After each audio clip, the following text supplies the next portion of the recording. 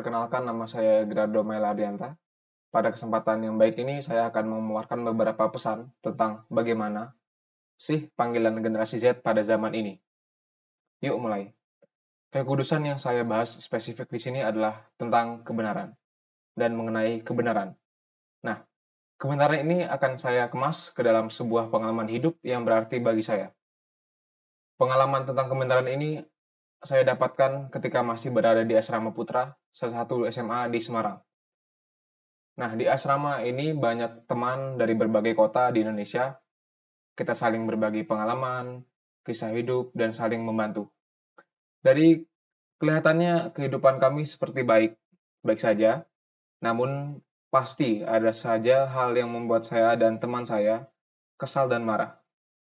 Dari mulai pertengkaran karena masalah sepele, pencurian alat mandi dan perlengkapan sekolah, sampai bahkan sindikat pencurian laptop juga pernah saya alami di asrama ini. Semua ini kita lalui bersama. Seperti kebanyakan anak asrama lainnya, saya juga pernah mencuri. Dan pada saat itu, saya anggap satu hal yang biasa. Karena juga barang saya juga pernah diambil, sehingga itu menjadi sebuah balas dendam dari diri saya.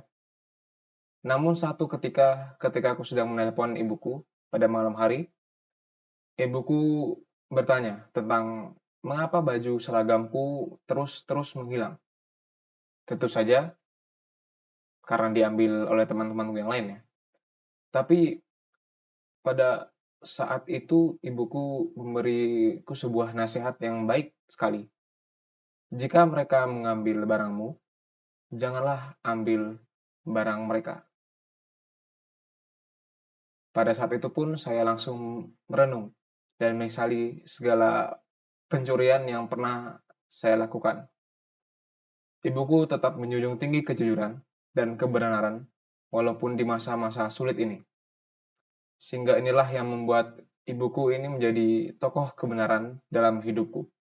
Memperjuangkan kebenaran di masa ini memang sangatlah sulit.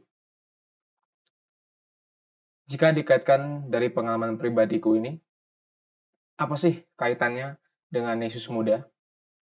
Bagi saya, asrama adalah tempat yang membangun karakter kita dalam bersosialisasi dan belajar, sama seperti Yesus muda.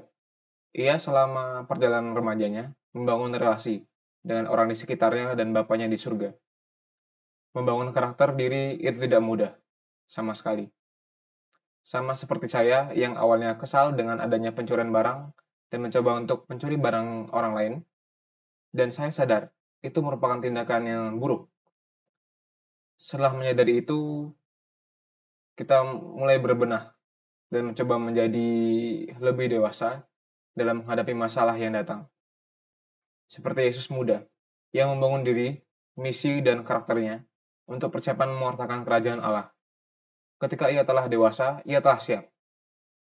Seperti saya yang harusnya siap dalam menghadapi masa dewasa saya, pengalaman demi pengalaman saya lalui dan itulah modal saya.